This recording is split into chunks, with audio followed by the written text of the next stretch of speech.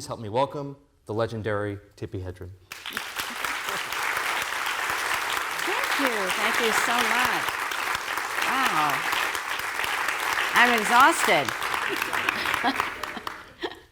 Thank you. Well, I'd like to start at the beginning of your life and your career Right. in modeling. I was wondering if you could tell us a little bit about your early days in Minnesota, your move to California, and then the dramatic shift to New York and modeling. That's a lot to encompass. Okay. We lived in this little tiny town, I mean really little, in southern Minnesota,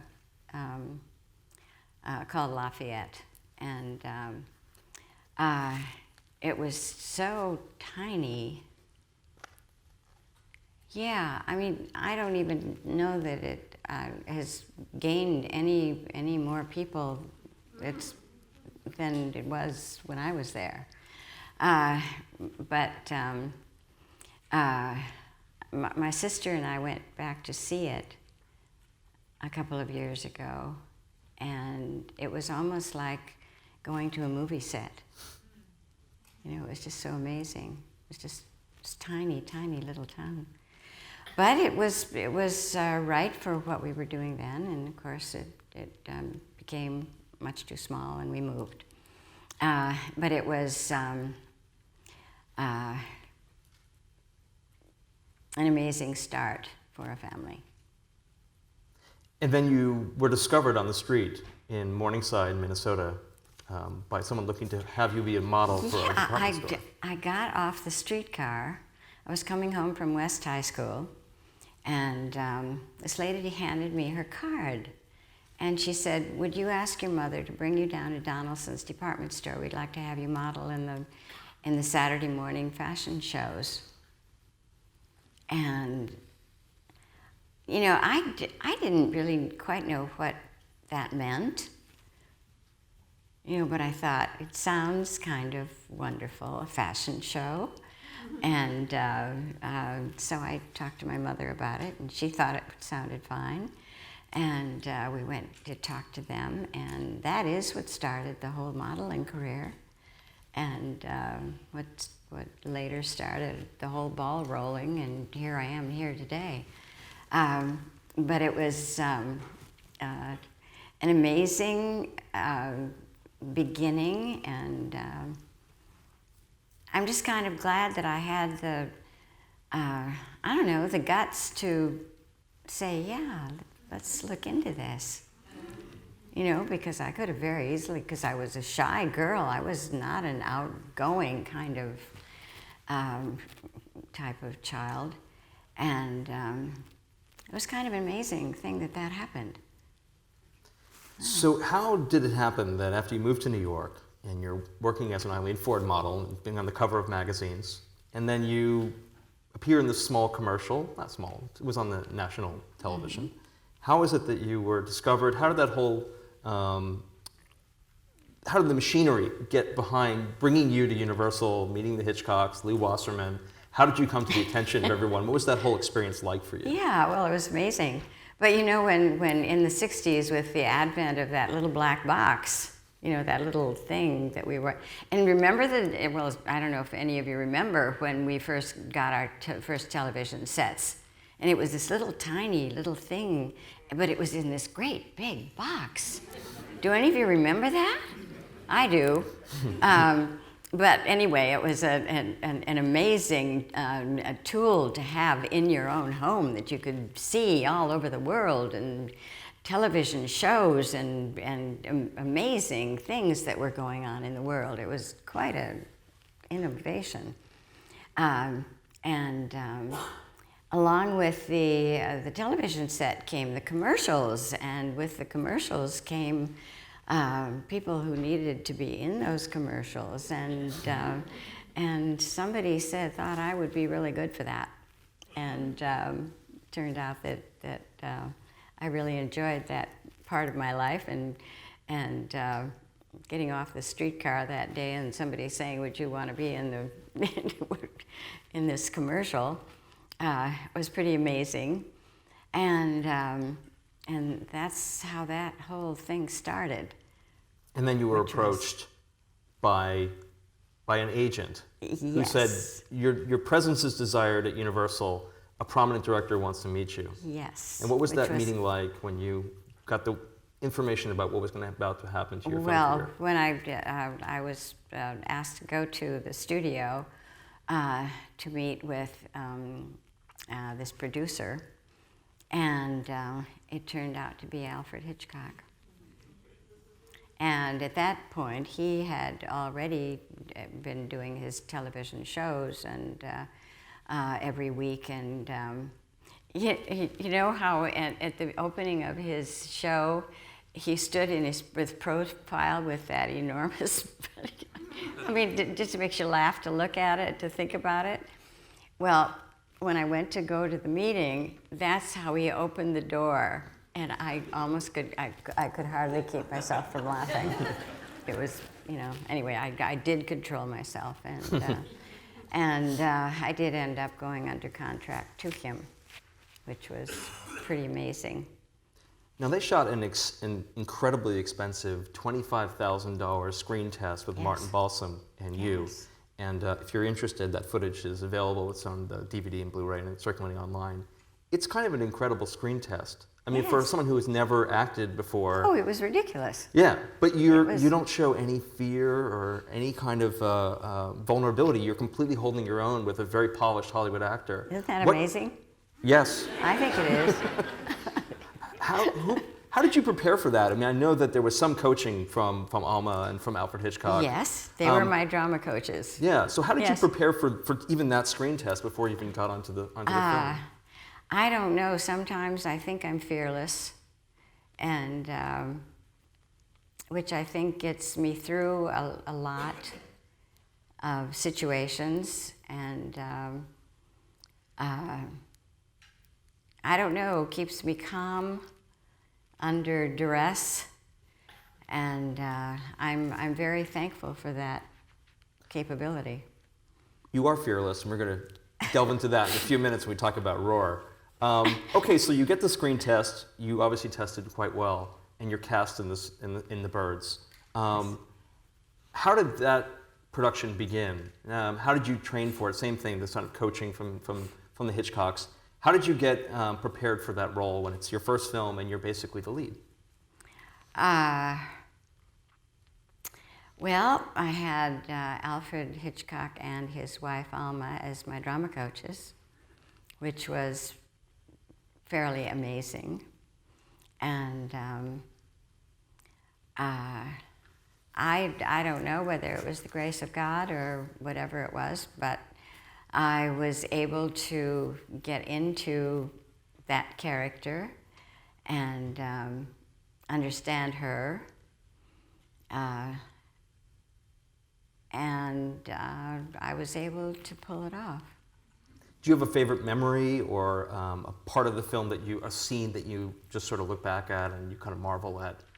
Well, maybe your own performance, but just the idea of being in this film or something that you love about the film itself. Well, I liked the character of Melanie Daniels. I liked her, and I tried to give her a little bit of a sense of humor and strength,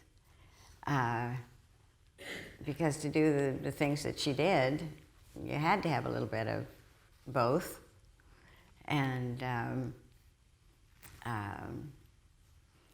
and I was dealing with some heavyweights in the business, and I had to come up to that. I had to stand up to that, or it wasn't going to work. Now, famously, you've talked about some of the trouble that began on the set, primarily between you and Mr. Hitchcock. How early did you begin to understand that you were becoming more than just an object of the film, but an object of his attention?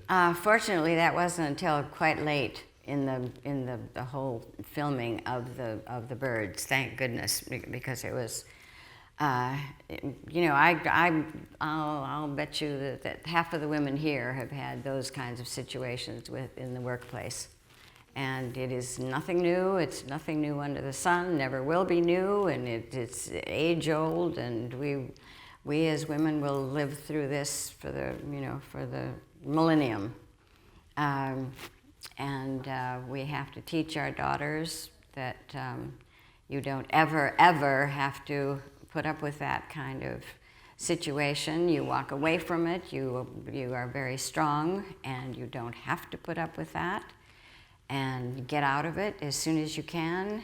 If you can do it graciously, that's the way to do it.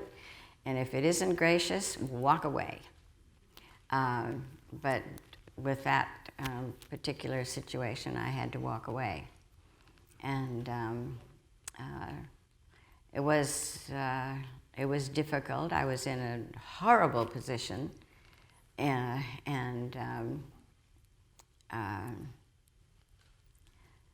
it was just sad.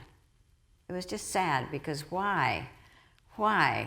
Here was this wonderful opportunity, to work with really, really great people in the motion picture business. And then to have that stupid situation arise. It was tragic.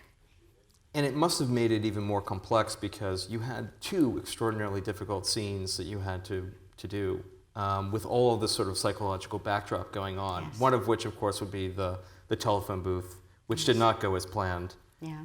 What happened on the telephone booth sequence? Oh, with the glass, you mean? Well, the bird was supposed to come down and hit the glass. And they had told me that it was shatterproof glass, and they had told me it was shatterproof glass.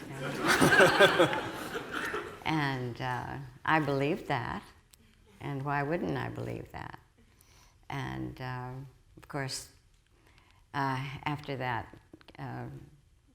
fake bird hit the glass, they spent the entire afternoon picking shards of glass out of this side of my face. But I don't know. I could never accuse anyone of it being deliberate. And I never would accuse anybody of it being deliberate. And the other sequence that obviously most people write about when they talk about the real difficulty of making this film is the 5 days you spent in the upper bedroom with the birds. With the birds. Now, they were supposed to be mechanical, yes, fake birds, but instead, what was the switch that they did for that scene? Oh, well, when you read a script, there are questions that you ask the producer or the director about how would that particular scene be done.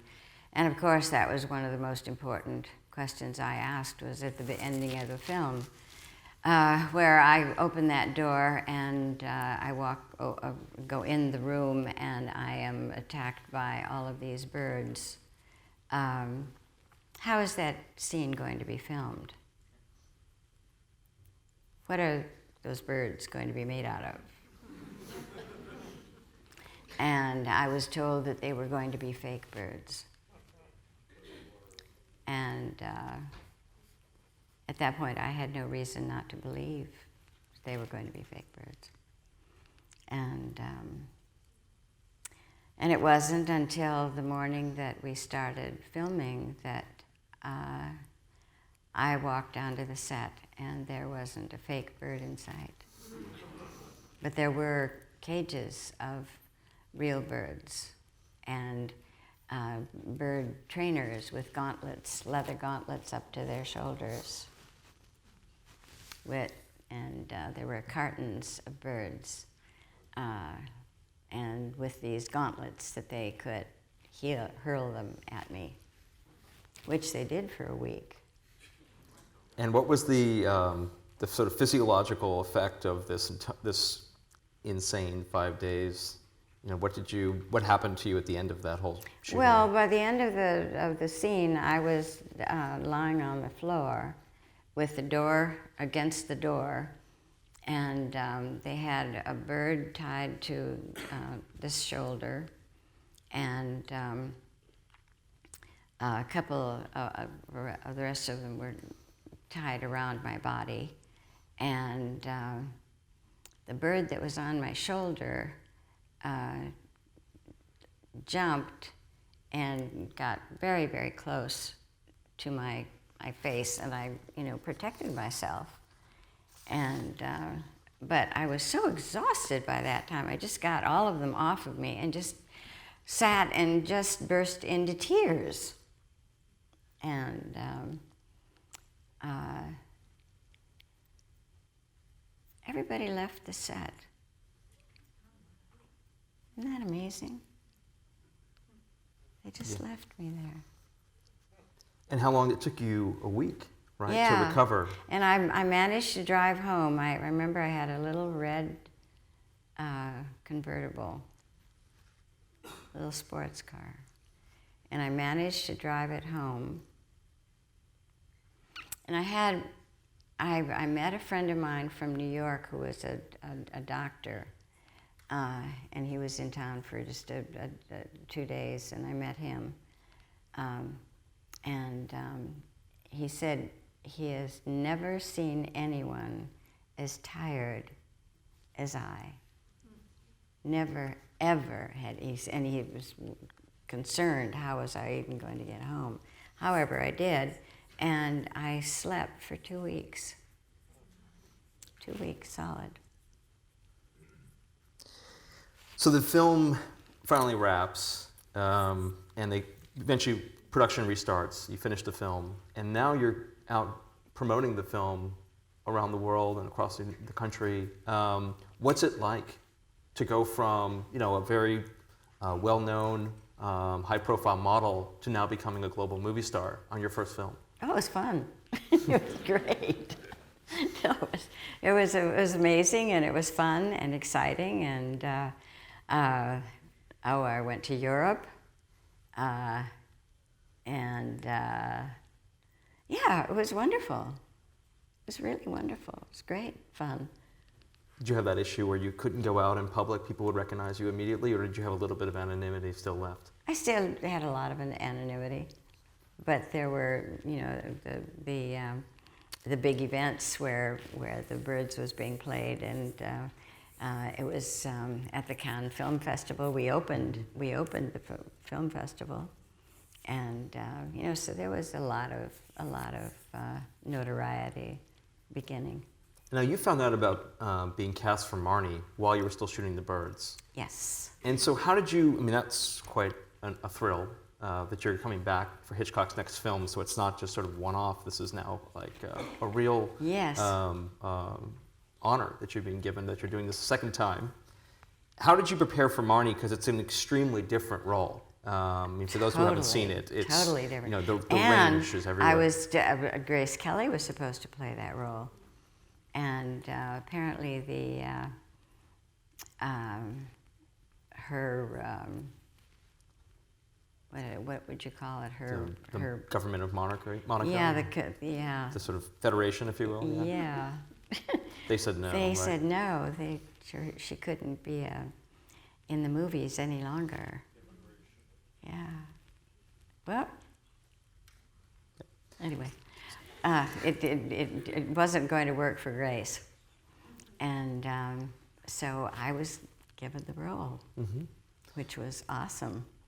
And so it's a completely different role. And so Yes. did you draw on a different set of tools? Did you work very closely with Hitchcock on figuring out how to play Marnie? Oh yes, absolutely. Yeah. And I did a lot of reading and about her character, and it was really, there was an acting role. Because the range is everywhere from you're a thief, and then you're a Yes, victim, and then you're regressing to yes. childhood, and you're kind of moving throughout in Everywhere. all different kinds of emotional Yes. registers. It was an awesome role. Yeah, yeah. That production also had the same complications, but perhaps even more so than The Birds. Yes. Because in your book you talk about how Hitchcock's obsession with you was growing and creating new problems on set. Huge problems. Yes.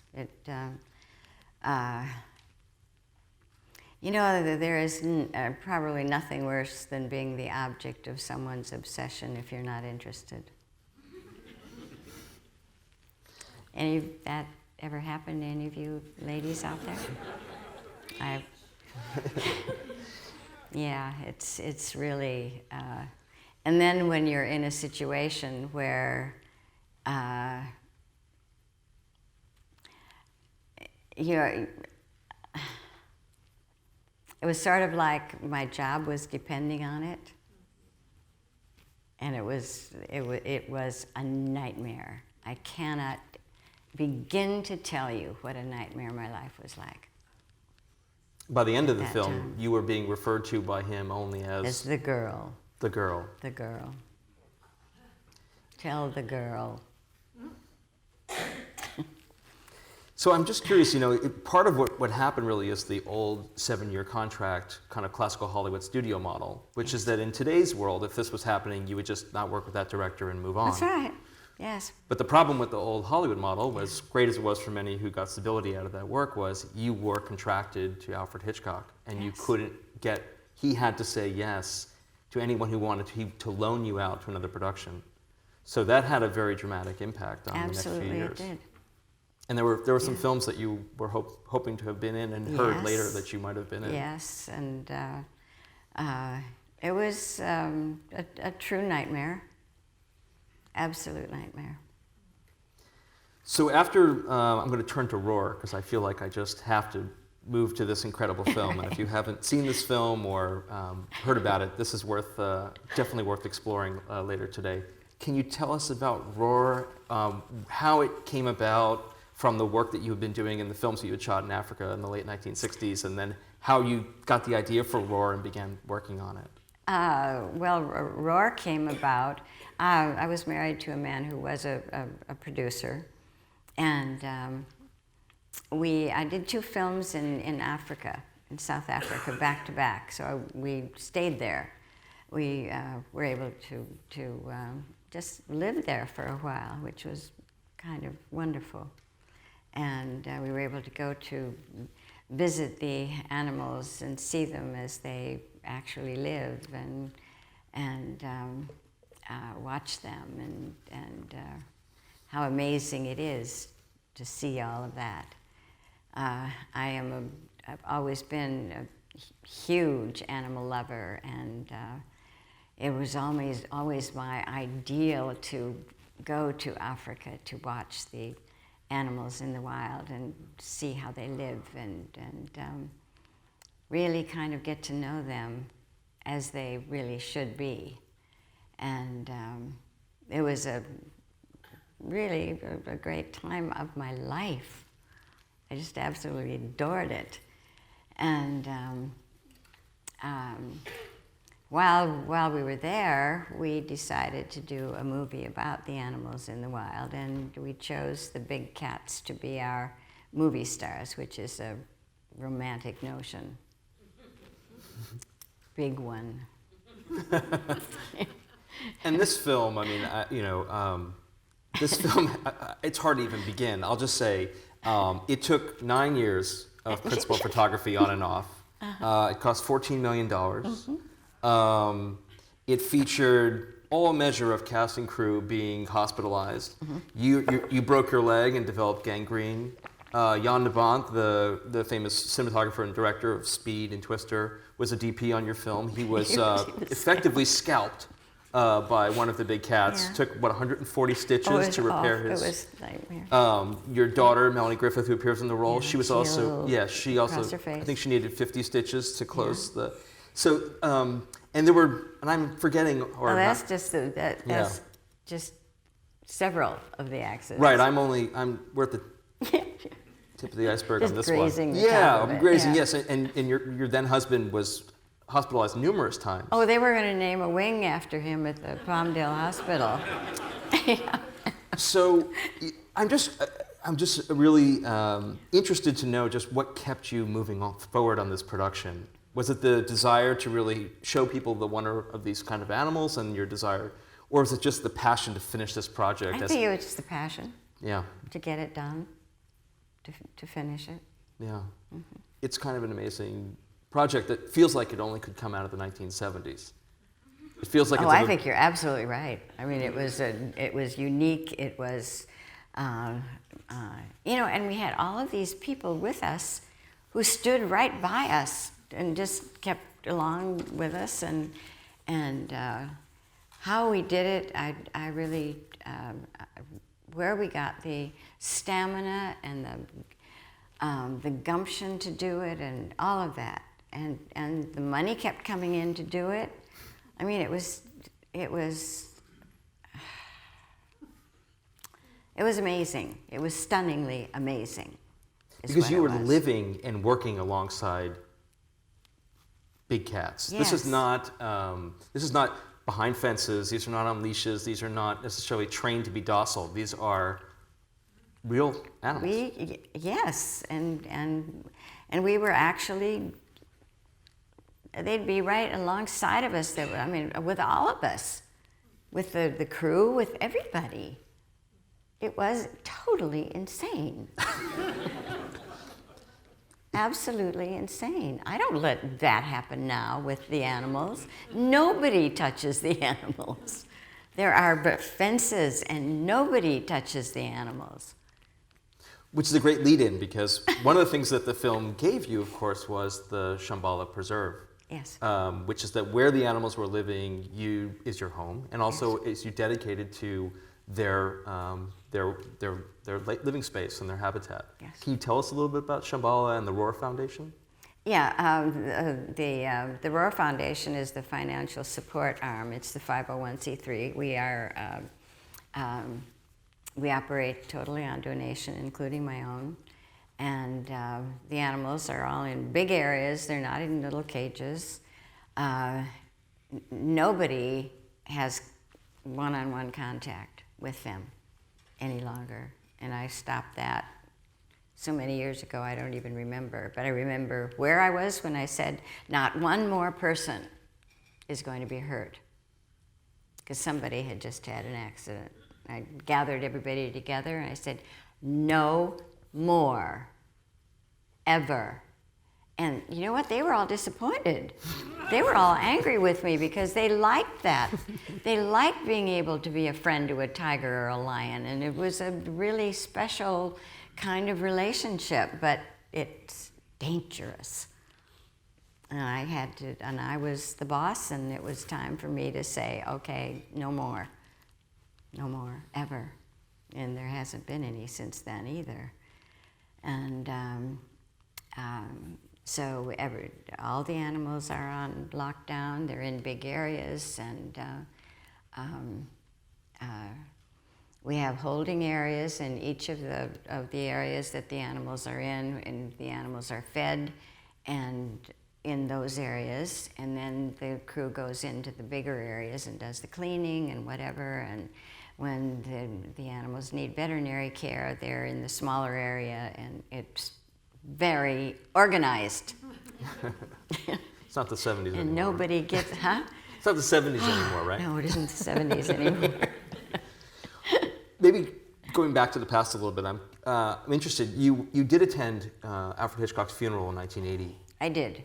And I'm interested in this idea that you say in your book that it's really important to sometimes divorce the artist from the art.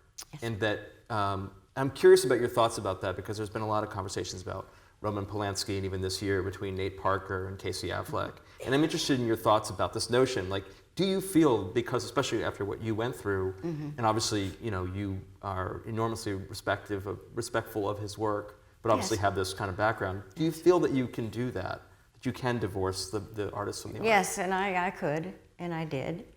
And because he was one of the most famous filmmakers in our industry, and I don't think that could be taken away from him or should be taken away from him. So this is you're now the matriarch of a burgeoning Hollywood dynasty. You're like the new Barrymores, right? I am. You are. You have, Yes. of course, Melanie Griffith and Dakota Johnson now in a whole new franchise. How does it feel? Because you didn't intend to become an actor at all, and now you've got three isn't it generations amazing? of that. Yeah. I'm kind of curious about your own sense of this tiny little town in Minnesota, the whole family legacy now of actors and also other family members who've been actors. How do you feel about that and Roar and Shambhala and all the things that have happened to you? I think it's amazing. I think it's just stunning. But what I think is the best part of it is that I have said, okay, here is a door that was opened for me. I like what I see on the other side of it, and I walked through it. I almost called my book The Open Door, because I think every one of us, we've all had that happen. You've had something brought to you, suggested to you, and you either like it, and you walk through that door, or you slam it shut, or quietly close it, or whatever. But how many doors have been opened to all of you? I bet a bunch of them. And I really came so close to calling my book The Open Door. But there's been a lot of doors that have been opened to me that I have walked through and been very, very pleased with and satisfied. And there's a lot of them that I've closed very slammed closed. And I could write a book about them too. It wouldn't be a very long book, but... The closed door. The closed door. Yeah. The closed door. Gee, sounds fascinating, doesn't it? I better sell a bunch of those. Do you hope to keep acting? Are you still acting? Are you still interested No, in... I don't know that I would want to anymore. And it's not, and you know what it's all about? I really don't want to get up at 6 o'clock in the morning anymore. And that's what it's really all about. And I really don't want to get up at 6 o'clock in the morning anymore. And I don't necessarily want all those rules and regulations that you have to go through, and I don't have to. So I think it would take one hell of a role to get me out. And Shambhala is nowhere near Hollywood, right? You're quite far away from LA. Well, it's a good hour. Yeah. Yeah. So 6 a.m. would be a hard It would drive. be very difficult. Very difficult. All right, I have one more question for you. I'm just curious. Say someone picks up your films and this interview 100 years from now. I'm kind of curious. What do you want them to know about your work and about what it is that you tried to do with Shambhala and the animals? What is it that most matters to you for people knowing about what you have done? Oh, I think the animals are the most important thing, and just getting to know that there are beings on our planet that need to be understood and cared for in a way that has nothing to do with our own selfishness, but for what they need. And and we're so fortunate with all the television that we have now, and what we're able to see. And there's some brilliant people that are doing shows about animals and showing us what is going on in the animal community and how much need they have. They need the help that they need, and what we can do to understand them and help them, and help our young people understand the need to help animals. And you can do it with your own pets. Try to understand them better and what their needs are, and how to make their lives better with it. With the care of them and the understanding of what they need, not just what we want to give them. Thank you very much. Please join me in saying thank you. Thank you. This was wonderful. Thank you.